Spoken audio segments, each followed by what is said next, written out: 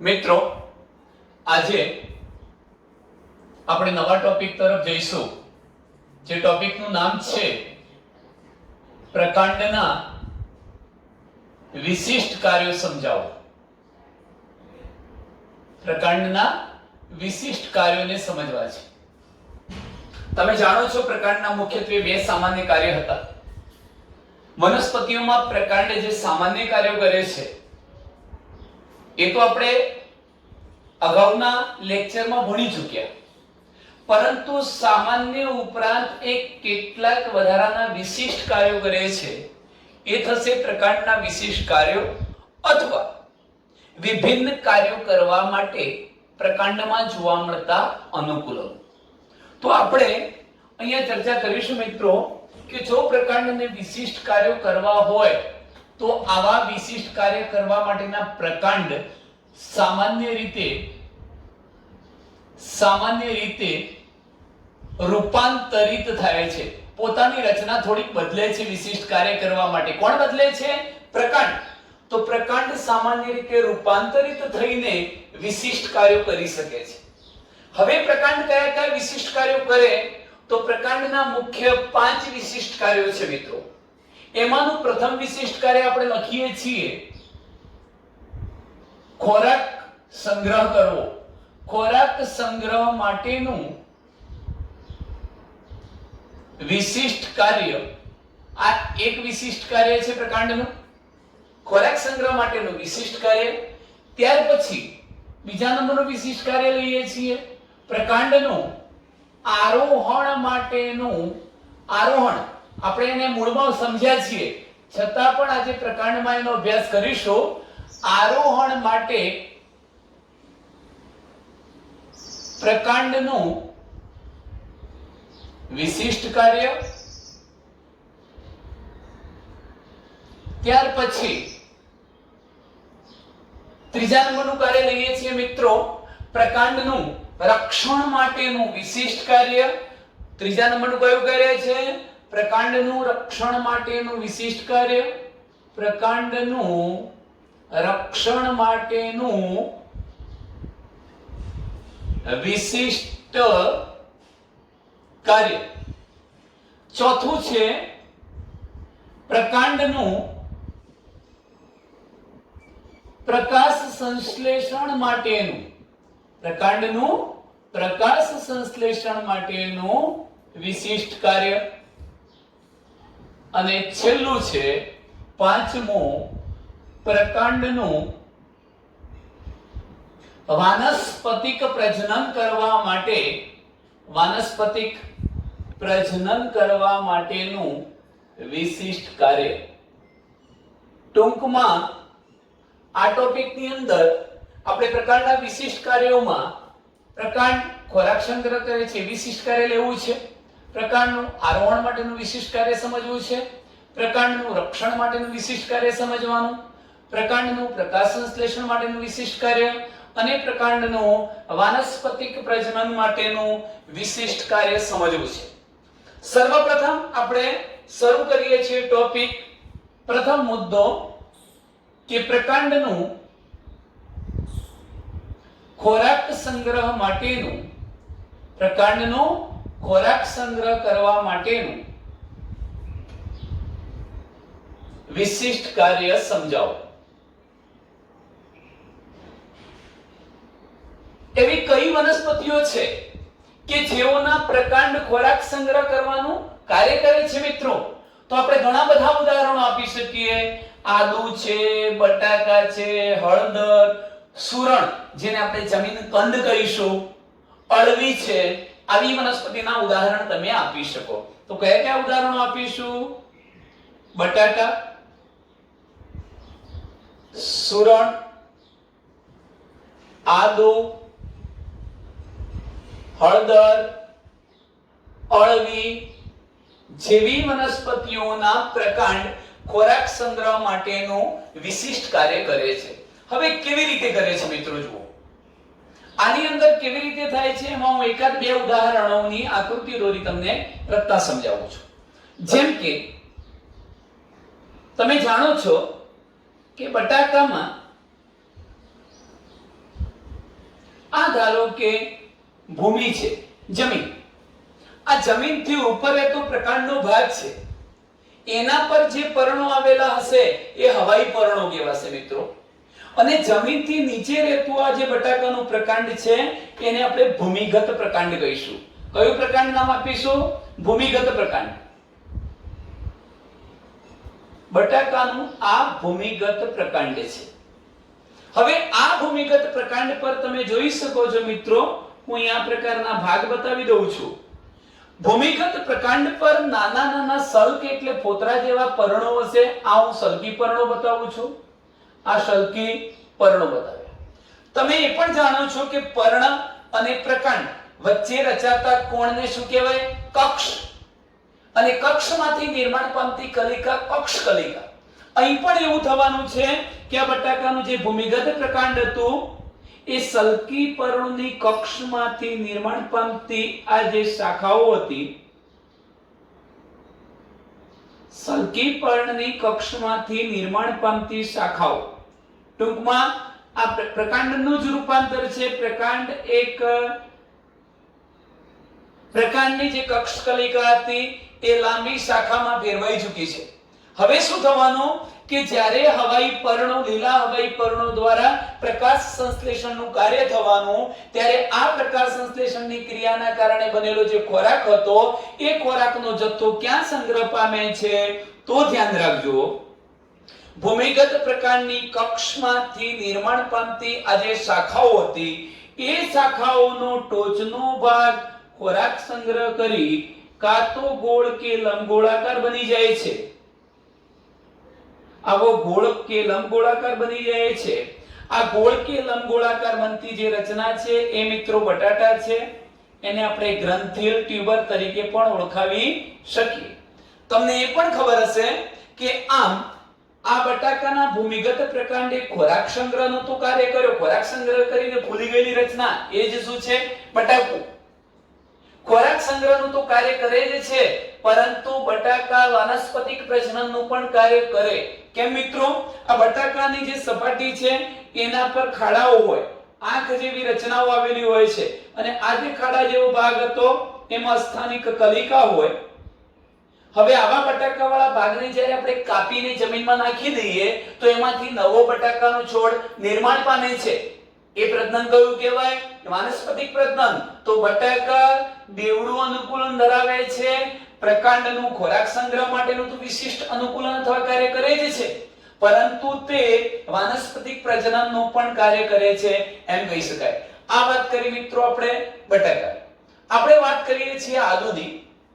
આદુમાં શું ઘટના બની શકે? ધારો કે આપણે આ પ્રકારની આદુ એક ગાંઠામૂળી પ્રકારનું પ્રકાંડ છે. તમે જોઈ શકો છો કે આદુમાં આવી નાની મોટી તમને ગાંઠો જોવા મળશે મિત્રો. આ પ્રકારની ગાંઠો જોવા મળશે.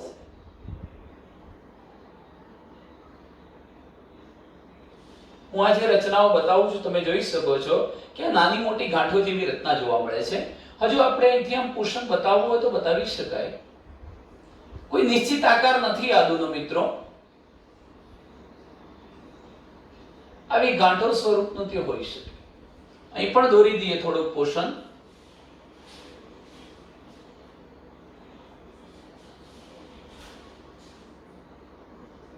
આ પ્રકારની રચના જોવા મળે છે મિત્રો. આદુની અંદર આ પ્રકારની જે રચના જોવા મળી, આ નાની મોટી ગાંઠો જોવા મળી છે. હવે તમે જોઈ શકો છો કે હું અહીંયા એક અલગ પેનથી બતાવવાનો પ્રયત્ન કરું છું. અમે કઈ રચના બતાવી છે? તો આ રચના છે સલ્કી પર્ણો, પાતળા ફોતરા જેવા પર્ણો છે. આ બધા જે ભાગ હું બતાવું છું એ પાતળા એના ફોતરા જેવા શું છે? પર્ણો, સલ્કી પર્ણો. બધામાં બતાવવાની જરૂરિયાત નથી, પણ આપણે બતાવી દઈએ છીએ મિત્રો, તમને વધુ ખ્યાલ આવે તે હેતુથી. હવે તમે જુઓ કે આ આદુ છે. આદુમાં આ જે કાળી લીટી તમને દેખાય છે એ ગાંઠ છે. ગાંઠ છે. જોજો કઈ ગાંઠ છે? તો આ એક ગાંઠ, બીજી ગાંઠ, ત્રીજી, આ કાળી લીટી બધી ઊભી દેખાય, બધી ગાંઠો છે. અને આ એક ગાંઠ અને બીજી ગાંઠ વચ્ચેનો જે વિસ્તાર છે, આ વિસ્તાર બધો અથવા ખાલી વિસ્તાર, ખાલી જગ્યા એ આંતરગાંઠ છે મિત્રો. શું કહેવાય એને? ગાંઠ, આંતરગાંઠ. આ ગાંઠ થઈ બે ગાંઠો વચ્ચેનું અંતર આંતરગાંઠ. તમે એ પણ જાણો છો કે હંમેશા ગાંઠ અને આંતરગાંઠ જેવી રચના કોના પર હોય? પ્રકાંડ પર. તો અહીંયા આ આદુની એક લાક્ષણિકતા છે કે જમીનની નીચે વિકાસ પામે છે અને જમીનની સપાટીને સમાંતરે વિકસે છે. આડું વિકસે મિત્રો, ઊભું નથી વિકસતું. જમીનની નીચે એ અનુપ્રસ્થ વૃદ્ધિ પામે છે. આ પ્રકારે અનુપ્રસ્થ વૃદ્ધિ પામે છે. આ ઉપરાંત તે ગાંઠો ધરાવે, આંતરગાંઠો ધરાવે. અને બીજા નંબરનો મુદ્દો કે આ જે લાલ ભાગ મેં બતાવ્યો હતો, જેને હું સલ્કી પોતરા જેવા પર્ણો કહું છું, આ સલ્કી પર્ણો છે. પર્ણો પણ ક્યાંથી નિર્માણ પામે છે મિત્રો? પ્રકાંડ પરથી. આ બધા જ લક્ષણોના આધારે આપણે એવું કહી શકીએ કે આદુ શું છે? ભૂમિગત પ્રકાંડ જ છે. કેમ? કારણ કે એના પર ગાંઠ આવેલી છે, આંતરગાંઠો છે, સલ્કી એટલે પોતરા જેવા પર્ણો છે. એટલું જ નહીં મિત્રો, પણ દરેક ગાંઠ પ્રદેશ પરથી આવા અસ્થાનિક મૂળ પણ સર્જાયેલા છે. આ બધી જ લાક્ષણિકતાઓ આપણે જાણીએ છીએ પ્રકાંડની છે, કારણ કે પ્રકાંડના તલ ભાગેથી જ મૂળ બનવાનું છે. આ પ્રકારની તમામ રચનાઓ કોની છે? પ્રકાંડની. માટે કહી શકાય કે આદુ પણ ભૂમિગત પ્રકાંડ છે. હવે જોજો મિત્રો, તમને મહત્વનો પ્રશ્ન એ થશે કે અહીંયા ખોરાક સંગ્રહ ક્યાં થાય છે? તો આદુનું આ જે ભૂમિગત પ્રકાંડ હતું એની આ દરેકે દરેક આંતરગાંઠ, જેને હું બ્લુ પેનના ટપકા સ્વરૂપે બતાવું છું, બ્લુ રંગના ટપકા સ્વરૂપે બતાવું છું મિત્રો, એ શું છે? આદુની આંતરગાંઠ છે. જો એક ગાંઠ, બે ગાંઠ, બે ગાંઠ વચ્ચેનો વિસ્તાર આંતરગાંઠ. અહીંયા આંતરગાંઠ ખોરાક સંગ્રહ કરીને ફૂલી જાય છે. આવી ખોરાક સંગ્રહી જે રચના છે તમે એને રાઇઝોમ પણ કહી શકો. રાઇઝોમ, ગાંઠામૂળી. શું કહીશું આપણે એને? ગાંઠામૂળી. તો ટૂંકમાં આદુને આપણે ગાંઠામૂળી એવું પણ નામ આપી શકીએ. આદુને રાઇઝોમ અથવા ગાંઠામૂળી તરીકે પણ આપણે ઓળખાવીશું. ગાંઠામૂળી, રાઇઝોમ. તો મિત્રો બીજા નંબરની રચના મેં બતાવી દીધી છે. કઈ? આદુ. હવે જોજો એકાદ ઉદાહરણ બીજું આપી દઈએ છે, સુરણ.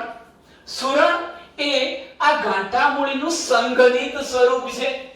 આમ તો કદની દ્રષ્ટિએ વિચારીએ છીએ તો આદુ કરતા સુરણ મોટું હોય છે, અને આમ છતાં એવું લખેલું હશે મિત્રો કે તે ગાંઠામૂળીનું સંઘનિત સ્વરૂપ છે. સંઘનિતનો મતલબ શું થાય? કે અહીંયા ઘણી બધી આંતરગાંઠો ખોરાકનો સંગ્રહ કરતી હતી, પરંતુ એનો એક નાનો ભાગ કહી શકાય, ફક્ત એક જ આંતરગાંઠ ખોરાકનો સંગ્રહ કરશે. સામા? સુરણની અંદર. એ કેવી રીતે? તો મિત્રો તમે આ આકૃતિ જાણતા હશો કે આપણે આ પ્રકારની આકૃતિ દોરીએ છીએ. અહીંયા હું બતાવું છું આ સુરણ. આ પ્રકારની મેં રચના બતાવી દીધી છે. આ થઈ જશે સુરણ. હવે એમાં પરિસ્થિતિ શું થઈ? સુરણ પર પણ મિત્રો આવી અસ્થાનિક કલિકાઓ આવેલી હશે. આ સ્થાનિક કલિકાઓ છે જ. આ સ્થાનિક કલિકાઓ છે સુરણની. હવે વિચારો કે આદુમાં શું પ્રકારની રચના હતી? હું ડોટેડ લાઈન દ્વારા બતાવું છું તો તમને ખબર પડશે કે આ ભૂમિગત પ્રકાંડ થયું. એના પર એક ગાંઠ અને આ બીજી ગાંઠ હતી. આ બે ક્રમિક ગાંઠ વચ્ચેનો વિસ્તાર શું કહેવાય? આંતરગાંઠ કહેવાય. અહીંયા આ એક જ આંતરગાંઠની અંદર તમામ ખોરાકનો સંગ્રહ થઈ ગયેલો હોવાથી એ સખત વજ્રકંદ જેવી વિશાળ મોટી રચના બની જાય છે, જેને આપણે સુરણ જમીનકંદ, જમીનની અંદર જોવા મળતો કાંદો, જમીનકંદ જેવી રચના તરીકે આપણે એને ઓળખાવી શકીએ.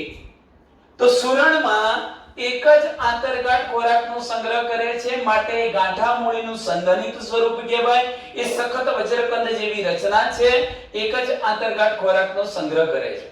મિત્રો સૌથી મહત્વનો પોઈન્ટ કે પ્રકાંડને આવું ખોરાક સંગ્રહ માટેનું વિશિષ્ટ કાર્ય કરવાની જરૂરિયાત શું ઊભી થઈ?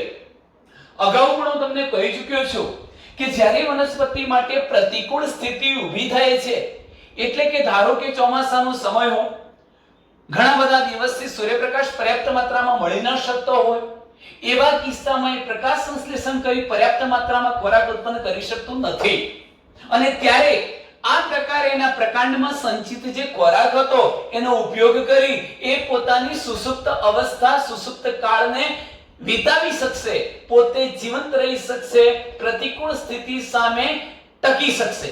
તો આ માટેનું અનુકૂલન એટલે જ પ્રકાંડનું ખોરાક સંગ્રહ માટેનું વિશિષ્ટ કાર્ય.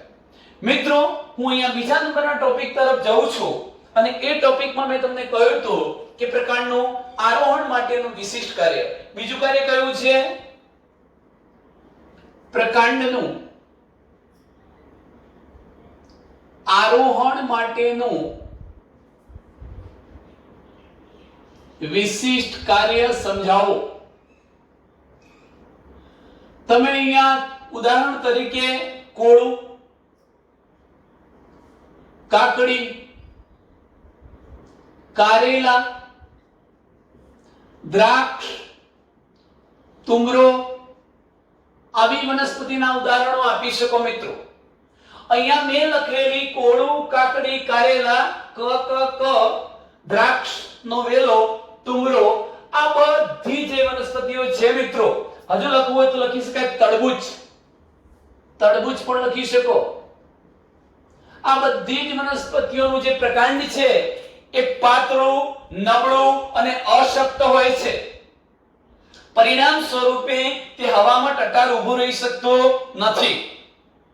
અને જો હવામાં ટટાર ઊભું ન રહી શકે તો એને પ્રકાશ સંશ્લેષણ કરવા માટે પર્યાપ્ત માત્રામાં પ્રકાશ પ્રાપ્ત થાય નહીં. હવે એને શું કરવું છે?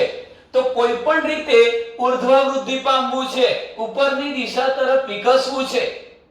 આ ઉપરની દિશામાં આ વનસ્પતિના પ્રકાંડને વિકસાવવા માટે મદદરૂપ થતી જે રચનાઓ ઉત્પન્ન થવાની છે એ શું કહેવાશે મિત્રો? પ્રકાંડનું આરોહણ માટેનું વિશિષ્ટ કાર્ય. તો હું એમ કહી શકું કે નબળું અશક્ત પ્રકાંડ ધરાવતી વનસ્પતિ ઉર્ધ્વ વૃદ્ધિ પામવા માટે પ્રકાંડની જે રચનાને રૂપાંતરિત કરે છે એ આરોહણ કરતી રચના થઈ. તો આપણે એ જોવું છે કે પ્રકાંડનું આરોહણ માટેનું વિશિષ્ટ કાર્ય કરતી વનસ્પતિ તરબૂચ, કોળું, કાકડી, કારેલા, દ્રાક્ષ, તુમરો, કૃષ્ણકમળ. કૃષ્ણકમળ પણ લઈ શકાય મિત્રો. કૃષ્ણકમળ, પેશિયન ફ્લાવર, કૃષ્ણકમળ આવી વનસ્પતિના તમે ઉદાહરણ આપી શકો. હું તમને અહીંયા એકદમ સિમ્પલ સરળ ઘટના સમજાવું છું જેથી કરી તમને આ બાબત આવડી જાય. મિત્રો, તમે જોઈ શકો છો કે એક નાનકડી આકૃતિ દોરી છે મેં અહીંયા આ રીતે. આ ધારો કે નબળું પાતળું પ્રકાંડ છે અને એ પ્રકાંડ પરથી સર્જાયેલા અહીંયા આપણે પર્ણો બતાવી દઈએ છીએ. કૃષ્ણકમળ જેવી વનસ્પતિના હું મિત્રો આ પ્રકારે પર્ણો બતાવી દઉં છું. મેં અહીંયા આ પ્રકારના પર્ણો બતાવ્યા છે.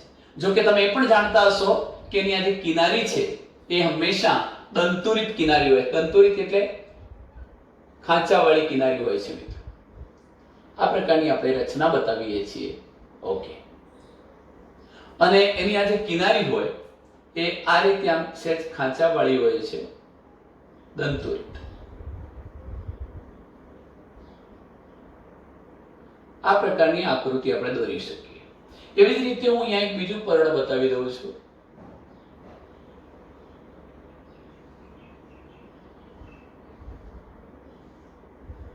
આ પ્રકારની રચના બતાવી. એમાં પણ દંતુરિત આ રીતના કિનારી હોય છે, ખાંચુવાળી. હવે જુઓ મિત્રો, પર્ણો સાથે આપણને નિસ્બત નથી. આપણો મુદ્દો જે છે એ કયો છે? આરોહણનું વિશિષ્ટ કાર્ય. આરોહણનું વિશિષ્ટ કાર્ય એટલે શું? જુઓ કે આ વનસ્પતિનું જે પ્રકાંડ છે એ નબળું અને પાતળું છે, તેથી હવામાં એ ટટાર ઊભો રહી શકતો નથી. હવે એવા પ્રકાંડને ટટ્ટાર ઊભું રાખવું છે અથવા ઉપરની દિશા તરફ, ઉર્ધ્વ દિશા તરફ આ વનસ્પતિને વિકસવું છે, પણ આ પ્રકાંડ નબળું હોવાના કારણે ઉર્ધ્વ દિશામાં વિકસી શકશે નહીં. માટે જ શું થવાનું?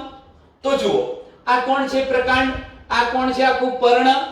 પર્ણને પ્રકાંડના ગાંઠના સ્થાને રચાતા કોણને આપણે શું કહીએ છીએ? કક્ષ. એમાં આવેલી કલિકાને શું કહેવાય? કક્ષ કલિકા. આમ તો મિત્રો કક્ષ કલિકા મોટા ભાગે શાખાઓ બનાવે, ડાળખા, શાખા. અને જો શાખા ન બનાવે તો તે પુષ્પ બનાવે લિંગી પ્રજનનનું વિશિષ્ટ કાર્ય કરવા માટે.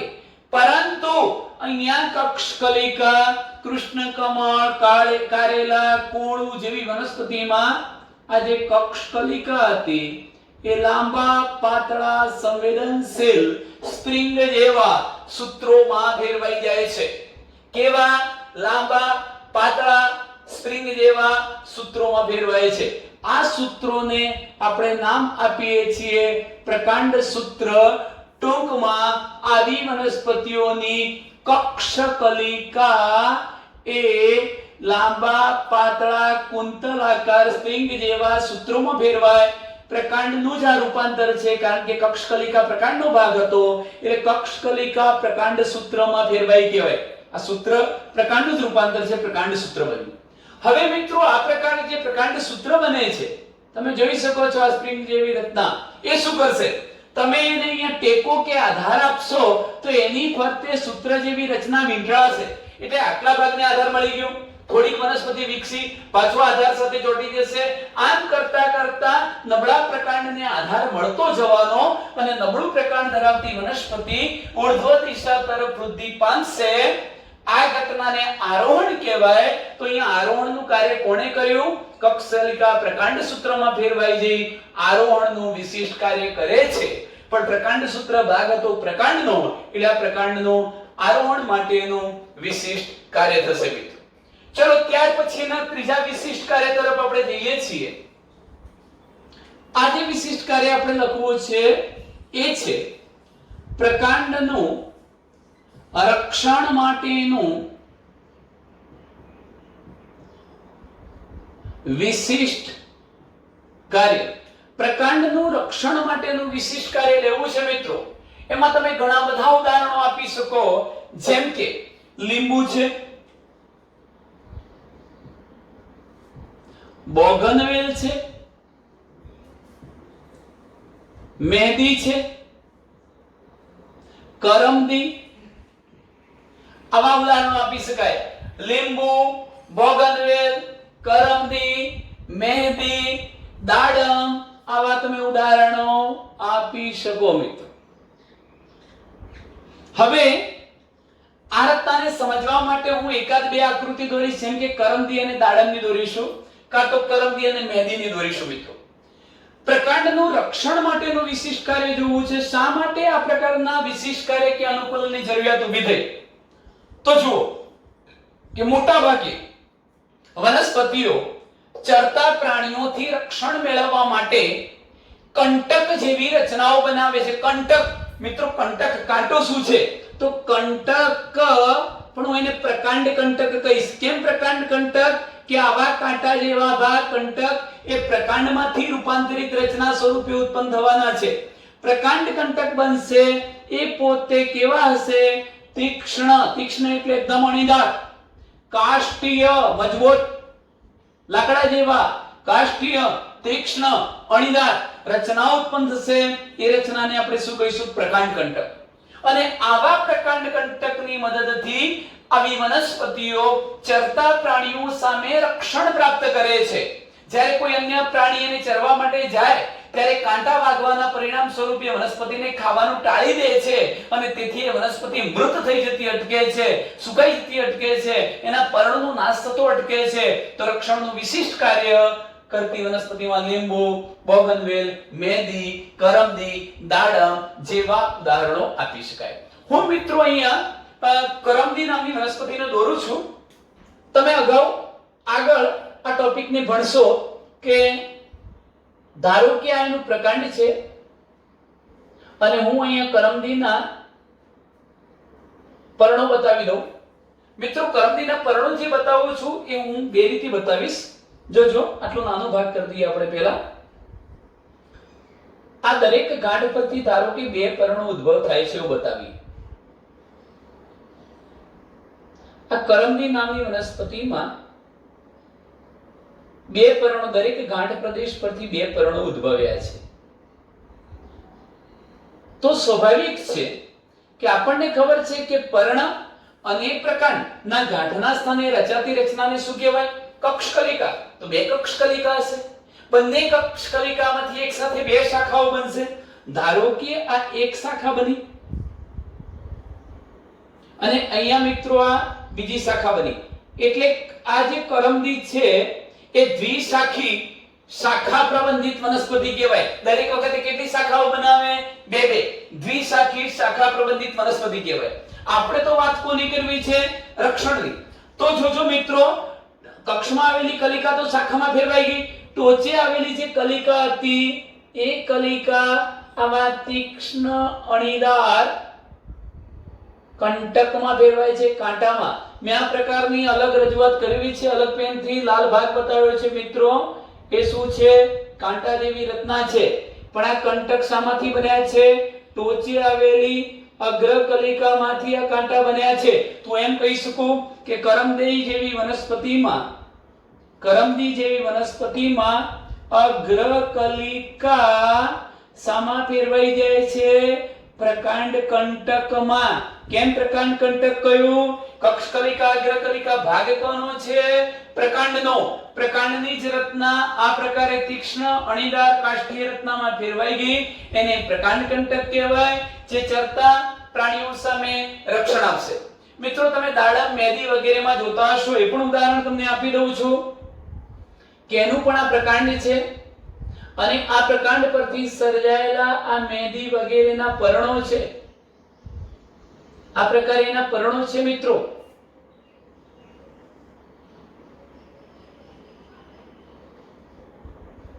હવે તમે જુઓ, એક ઉદાહરણ તો મેં એવું આપ્યું કે જેમાં અગ્ર કલિકા સામે રૂપાંતરિત થઈ છે પ્રકાંડ કંટકમાં, અને ચરતા પ્રાણીઓ સામે રક્ષણ આપવાનું વિશિષ્ટ કાર્ય કરે છે. પણ હું બીજી રચના કઈ બતાવું છું કે આ પર્ણ અને આ પ્રકાંડ, પર્ણ અને પ્રકાંડના ગાંઠના સ્થાને રચાતા ખૂણાને કોણ કક્ષ કહેવાય. કક્ષમાં આવેલી કલિકા એટલે કક્ષ કલિકા. અહીંયા મેદી જેવી વનસ્પતિઓમાં કક્ષ કલિકા લાંબા તીક્ષ્ણ અણીદાર કંટકમાં ફેરવાય છે. ક્યારેક આવા કાંટા પર પર્ણો પણ હોઈ શકે મિત્રો. તો આ પ્રકારની રચના જે થઈ એ શું છે? કક્ષ કલિકાનું કઈ રચનામાં રૂપાંતર? પ્રકાંડ કંટક જેવી રચનામાં રૂપાંતર થયું છે. આવા પ્રકાંડ કંટકો દ્વારા વનસ્પતિઓ ચરતા પ્રાણીઓ સામે રક્ષણ મેળવે છે, માટે આપણે એને પ્રકાંડનું રક્ષણ માટેનું વિશિષ્ટ કાર્ય એવું નામ આપીએ છીએ. ચાલો મિત્રો, હવે ચોથા નંબરના વિશિષ્ટ કાર્ય તરફ આપણે જઈશું, જે છે પ્રકાંડનું પ્રકાશ સંશ્લેષણની ક્રિયા કરવા માટેનું વિશિષ્ટ કાર્ય. આમ તો આ કાર્ય સામાન્ય કાર્ય કોનું છે? પર્ણોનું. પ્રકાશ સંશ્લેષણનું કાર્ય કરી વનસ્પતિ પોતાના માટે ખોરાક બનાવે છે. આ કાર્ય કોણ કરે છે મિત્રો? પર્ણ. પણ હું તમને એવું ઉદાહરણ બતાવું છું કે પ્રકાશ સંશ્લેષણનું કાર્ય પર્ણ નહીં, પર્ણની જગ્યાએ કોણ કરી દે છે? પ્રકાંડ. તો એનું સામાન્ય કાર્ય નથી મિત્રો. કયું કાર્ય થઈ જવાનું? વિશિષ્ટ કાર્ય. અને એવા હું તમને કેટલાક ઉદાહરણો આપું છું. ફાફડા થોર, કનક, આવી વનસ્પતિઓ જુઓ, ફાફડા થોર, યુફોર્બિયા, આવી જે વનસ્પતિઓ છે એ વનસ્પતિના આપણે ઉદાહરણ આપી શકીએ. હું મિત્રો આમાં માત્ર એક જ આકૃતિ દોરું છું જેથી સરળતાથી તમે આ ઘટનાને સમજી શકો. ખાસ તો તમને એ કહેવું છે, આ પણ ટૂંકો પ્રશ્ન યાદ રાખજો કે ફાફડા થોરમાં એનું જે પ્રકાંડ હતું એ પૃષ્ઠ વક્ષ બાજુએથી ચપટું બની જાય છે, અને યુફોર્બિયામાં એનું જે પ્રકાંડ છે એ માંસલ થોડુંક જાડું અને નળાકાર બને છે. નળાકાર જ રહે છે, ચપટું બનતું નથી. એનો મતલબ એવો થયો કે ફાફડા થોરનો આ પ્રકારનો આ જે હાથ છે નળાકાર, અથવા પેન છે નળાકાર, એ પહેલા નળાકાર હતું, પરંતુ પૃષ્ઠવક્ષ બાજુએથી આમ ચપટું એટલે દબાઈ જાય છે. હથેળી જેવું થઈ જવાનું. પૃષ્ઠવક્ષ બાજુએથી ચપટું શામાં થાય છે? ફાફડા થોરમાં. જ્યારે યુફોર્બિયા એટલે કે યુફોર્બિયા જેવી વનસ્પતિમાં એનું પ્રકાંડ જે છે એ માંસલ અને નળાકાર જ રહે છે. આ પ્રકારનું નળાકાર મિત્રો યાદ રાખજો. હવે શું બાબત અહીં થશે ધ્યાન રાખો. તમે જાણતા હશો મિત્રો કે ખાસ કરીને કલક, ફાફડા થોર જેવી વનસ્પતિઓ છે એ રણ પ્રદેશમાં ઉગી નીકળે છે, અને રણ પ્રદેશમાં જમીન જે છે ત્યાં પાણીનું પ્રમાણ નહિવત અથવા ઓછું હોય છે. જો હવે પાણી ઓછું હોય અને વનસ્પતિ બાષ્પોત્સર્જનની ક્રિયા દ્વારા બાષ્પોત્સર્જન. તમે જાણતા હશો મિત્રો કે પર્ણો આ કામ કરે છે. પર્ણની સપાટી પરથી વધારાનું પાણી વરાળ સ્વરૂપે વાતાવરણમાં ઉડી જવું એને શું કહેવાય? ઉત્સર્જન, બાષ્પોત્સર્જન. તો બાષ્પોત્સર્જનની ક્રિયા દ્વારા જો વાતાવરણમાં આ પાણીનો વ્યય થઈ જાય તો વનસ્પતિ જીવિત ન રહી શકે. કેમ? એક તો રણ પ્રદેશ હતો, પાણીનું પ્રમાણ બિલકુલ ઓછું હતું, અને વળી પાછી વનસ્પતિ એના પર્ણો દ્વારા બાષ્પોત્સર્જન દ્વારા એનો વ્યય કરી દે તો વનસ્પતિ જીવિત ન રહી શકે. આ પાણીને સેવ કરવા માટે, બચાવવા માટે એક કેવું અનુકૂલન ધરાવે છે મિત્રો? તો આવી વનસ્પતિ મોટા ભાગે પર્ણોને ખેરવી નાખે છે, કાં તો પછી પર્ણોનું રૂપાંતર સામૂહિક રીતે કાંટામાં કરી દે. એને પર્ણકંઠ પણ કહેવાય. શું કહેવાય? પર્ણકંઠ. પર્ણકંઠમાં ફેરવી દે છે. તમે વિચારો, ન રહે બાસ ના બજે બાંસુરી. એનો મતલબ એ થયો કે પર્ણો જ નથી રહેતા તો હવે શું ઉત્સર્જન થવાનો નથી, અથવા તો પાણીનો વધુ વ્યય અટકી જવાનો છે. પણ મિત્રો અહીંયા પર્ણો કંટક કાંટા જેવી રચનામાં ફેરવાઈ ગયા પર્ણકંઠમાં, અથવા પર્ણો ખરી પડ્યા છે. પર્ણો શું કામ કરતા હતા? પ્રકાશ સંશ્લેષણનું. એટલે સામે પક્ષે એક બીજી સમસ્યાનો ઉદ્ભવ થયો કે હવે વનસ્પતિને ખોરાક કોણ બનાવી આપે? તો હવે આ ખોરાકનું નિર્માણ કરવા માટે સામાન્ય રીતે પર્ણો શું કરશે? ખરી પડ્યા છે. એની સાપેક્ષમાં વનસ્પતિનું જે પ્રકાંડ છે મિત્રો, અહીં ધ્યાન રાખજો, પ્રકાશ સંશ્લેષણનું કાર્ય કરવા માટે પ્રકાંડ ફાફડા છોડ જેવી વનસ્પતિમાં તો પૃષ્ઠ વક્ષ બાજુએથી કેવું બની જાય છે? ચપટું બને છે. એટલું જ નહીં, આ ચપટું પ્રકાંડ હરિત દ્રવ્ય ધરાવે છે. જેમ કે બતાવું મિત્રો આકૃતિમાં. આ પ્રકારની હું એક આકૃતિ દોરું છું. ફાફડા થોર, થોર પણ કહેવાય મિત્રો એને. આપણે આ પ્રકારની એક આકૃતિ દોરી છે. આ શું બતાવ્યું છે આપણે? ફાફડા થોર. ફાફડા થોરમાં તમે આ પ્રકારની રચનાઓને જોઈ શકશો મિત્રો. એની સપાટી પર વચ્ચે ટૂંકમાં તમને જે રચના અત્યારે પર્ણ જેવી દેખાય છે એ વાસ્તવિક દ્રષ્ટિએ પર્ણ નથી. આ રચના પર્ણ નથી તો શું છે? ધ્યાન રાખશો.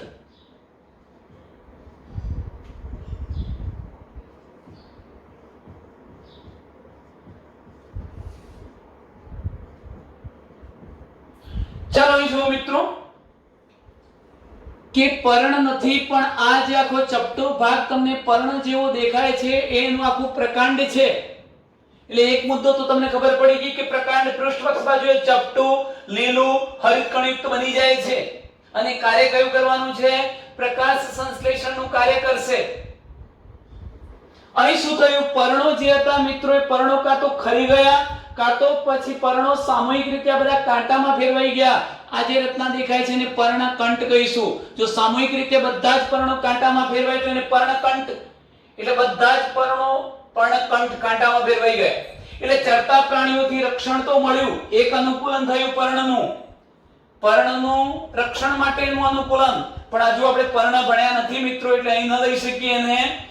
પર્ણોનું રક્ષણ માટેનું અનુકૂલન ફાફડા થોરમાં.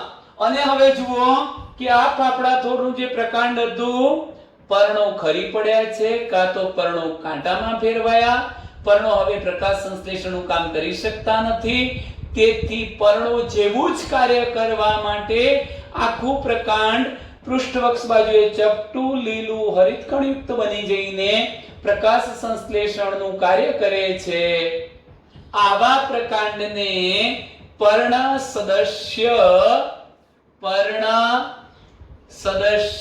પ્રકાંડ કહેવાય. સદસ્ય એટલે ના જેવું, પર્ણ જેવું કાર્ય કરતું પ્રકાંડ, અથવા એને પર્ણ કાર્ય સ્તંભ, પર્ણ જેવું કાર્ય કરતો સ્તંભ પણ કહેવાય. તો મિત્રો તમે અહીં પણ જોઈ શકો છો કે પ્રકાંડ પ્રકાશ સંશ્લેષણનું પણ વિશિષ્ટ કાર્ય કરી શકે છે. જો તમે કલકને બતાવવા માંગો છો મિત્રો, કલક નામની વનસ્પતિ પણ આપણે આ પ્રકારે દોરી શકીએ. આ કલક નામની વનસ્પતિ છે, એનું આ પ્રકાંડ છે.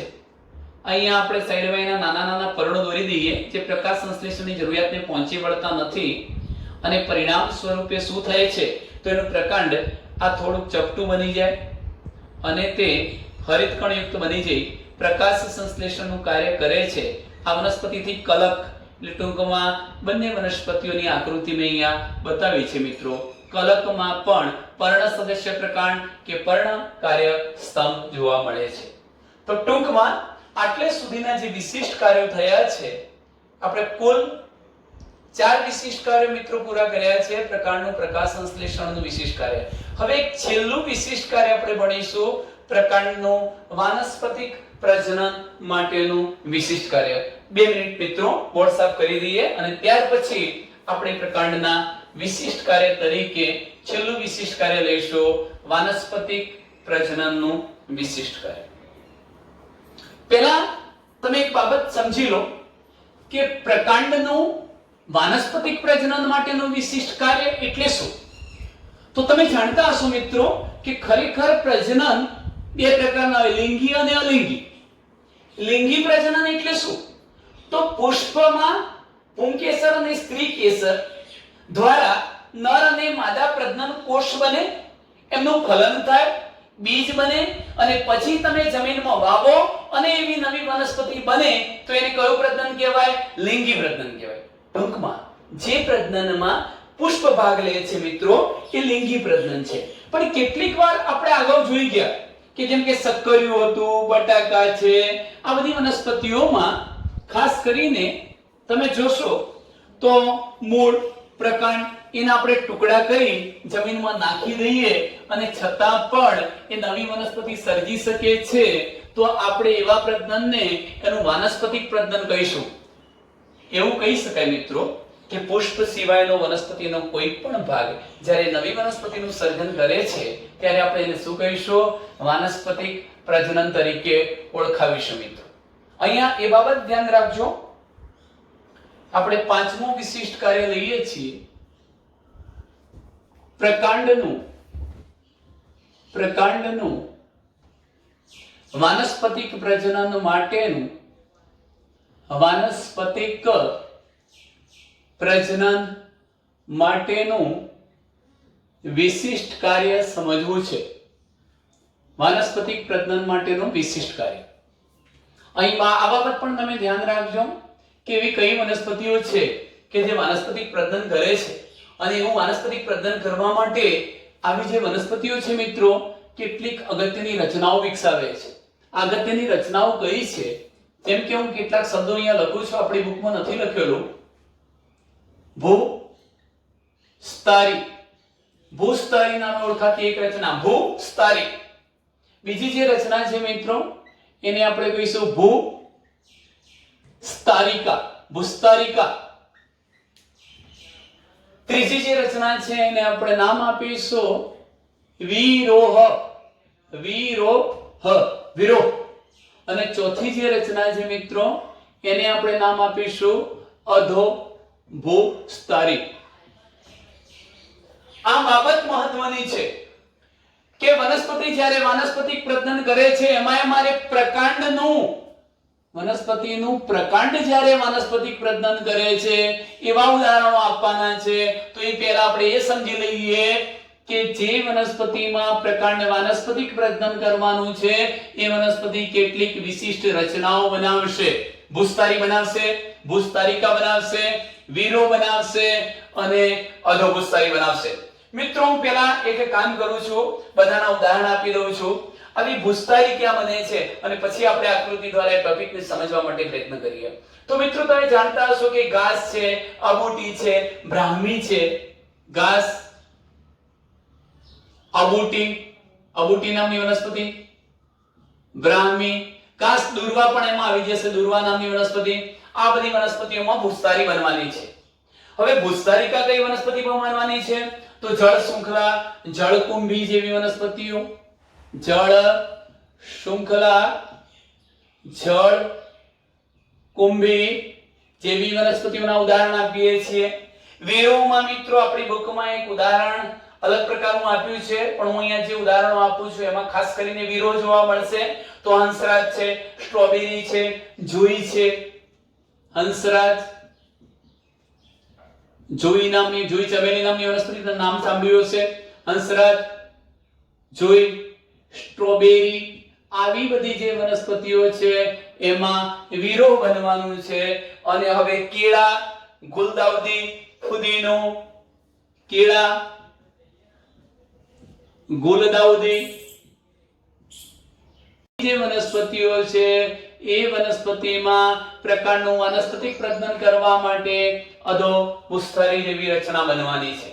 ચાલો મિત્રો, દરેક રચના ભૂસ્તરી શું કહેવાય, ભૂસ્તરિકા કોને કહેવાય, વીરો કોને કહેવાય ને અધો ભૂસ્તરી કોને કહેવાય એ રચનાઓનો આપણે અભ્યાસ કરીએ છીએ. એના માટે સાથે સાથે હું એક આકૃતિ પણ દોરતો જઈશ. મારી પ્રથમ રચના તમને સમજાવવી છે ભૂસ્તરી. આ ધારો કે જમીનની સપાટી છે, જમીન છે, ભૂમિ છે. આ જમીન થઈ અને હું અહીંયા તમને એક પ્રકાંડ બતાવું છું.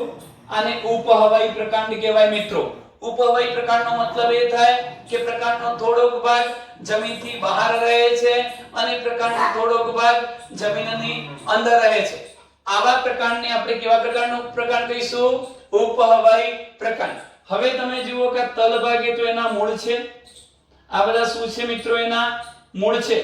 પરંતુ આ વનસ્પતિમાં હું એના પર્ણો બતાવું. ઘાસ, તમે જુઓ ઘાસ નામની વનસ્પતિ દોરી. ઘાસ વનસ્પતિના મિત્રો પર્ણો છે.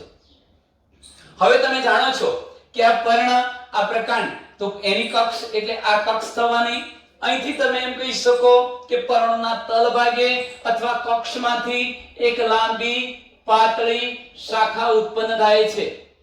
આ લાંબી પાતળી એટલે ટૂંકમાં કક્ષકલિકાનો જ આ ભાગ છે. કક્ષકલિકા મિત્રો યાદ રાખજો કે ઘાસ, અબોટી, બ્રાહ્મી જેવી વનસ્પતિમાં જે પર્ણની તલભાગે કક્ષકલિકા હતી એ લાંબી, કેવી રીતના?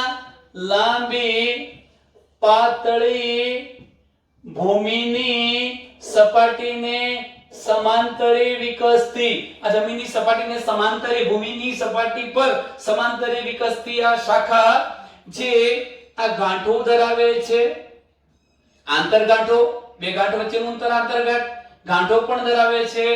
એવી રચનાને નામ આપવામાં આવે છે ભૂસ્તરી. ભૂ એટલે જમીન, જમીનની સપાટીને સમાંતરે વિકસતી રચના ભૂસ્તરી કહેવાય. મિત્રો આ ભૂસ્તરી જે શાખા બની એનો આ ગાંઠવાળો ભાગ જ્યાં વળી પાછો જમીનને સ્પર્શ કરશે ત્યાંથી વનસ્પતિ પોતાના પ્રકારના મૂળ નિર્માણ કરશે અને સાથે સાથે તે નવા પર્ણો વાળી વનસ્પતિ સર્જી દે છે મિત્રો.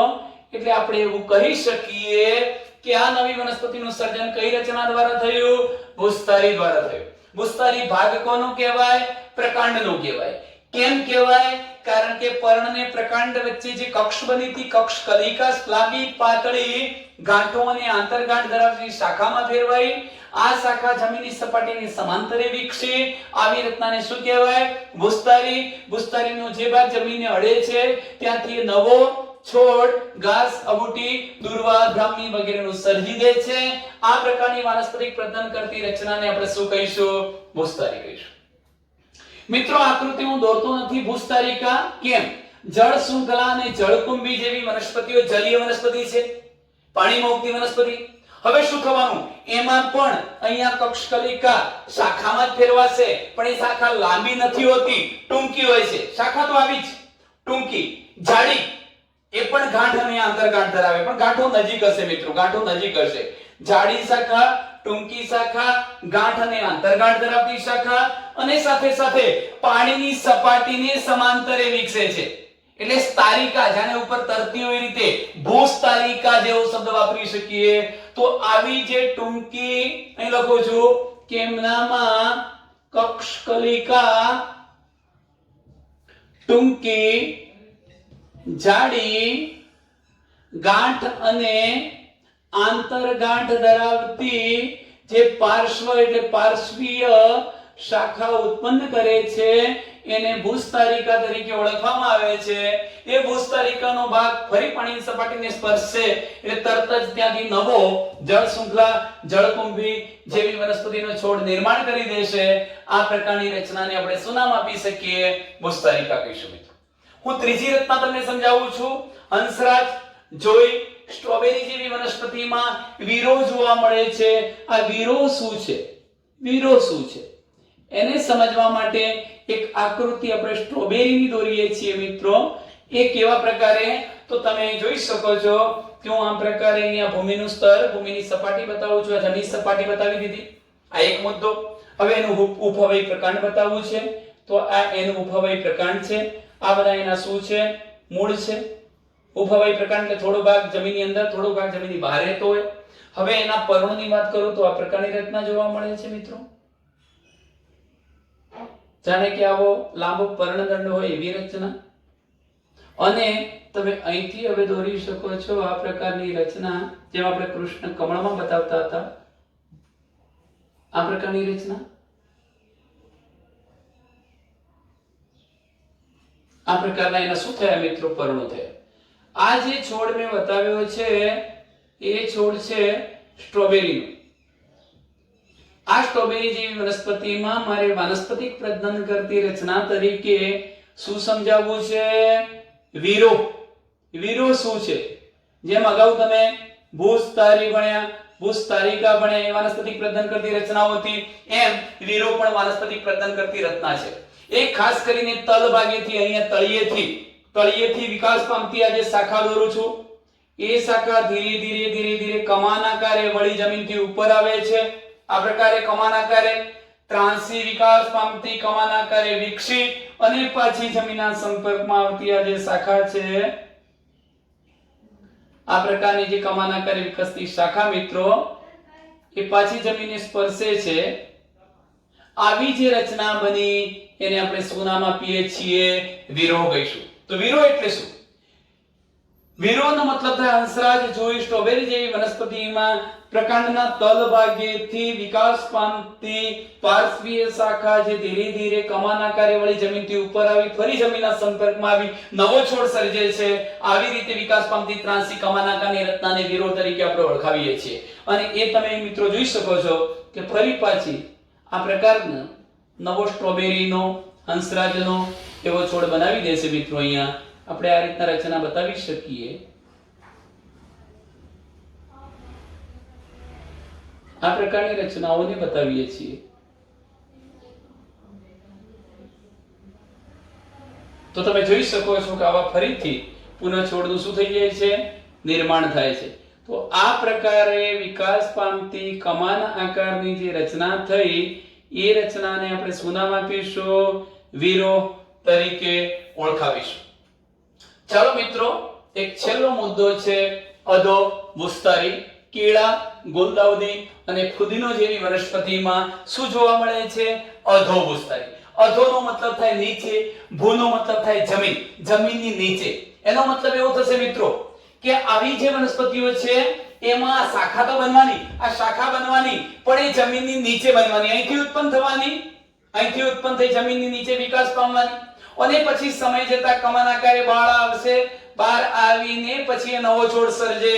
તો આ રીતે વિકાસ પામતી શાખાને આપણે શું નામ આપીશું? અધોભૂસ્તરી. ફરી બોલું છું, કેળા, ગુલદાઉદી, ફુદીનો જેવી વનસ્પતિઓમાં ભૂગર્ભીય ભાગમાંથી, એટલે જમીનની અંદર રહેલા ભાગમાંથી, આ ભાગમાંથી, નીચેના ભાગમાંથી, ભૂગર્ભીય ભાગમાંથી પાર્શ્વીય એટલે બાજુમાં શાખા ઉત્પન્ન થાય છે, જે જમીનની નીચે વિકાસ પામે છે આડી, અને ત્યારબાદ એ ત્રાંસી થઈને જમીનથી બહાર આવે છે અને પછી નવો છોડ સર્જે છે. આ પ્રકારની રચનાને આપણે શું નામ આપીએ? અધોભૂસ્તરી. મિત્રો, અહીંયા ટોપિકની અંદર આપણે પ્રકારના વિશિષ્ટ કાર્યો ભણી લીધા છે. ત્યાર પછીના લેક્ચરમાં આગળની ચર્ચા આપણે કરીશું. અસ્તુ.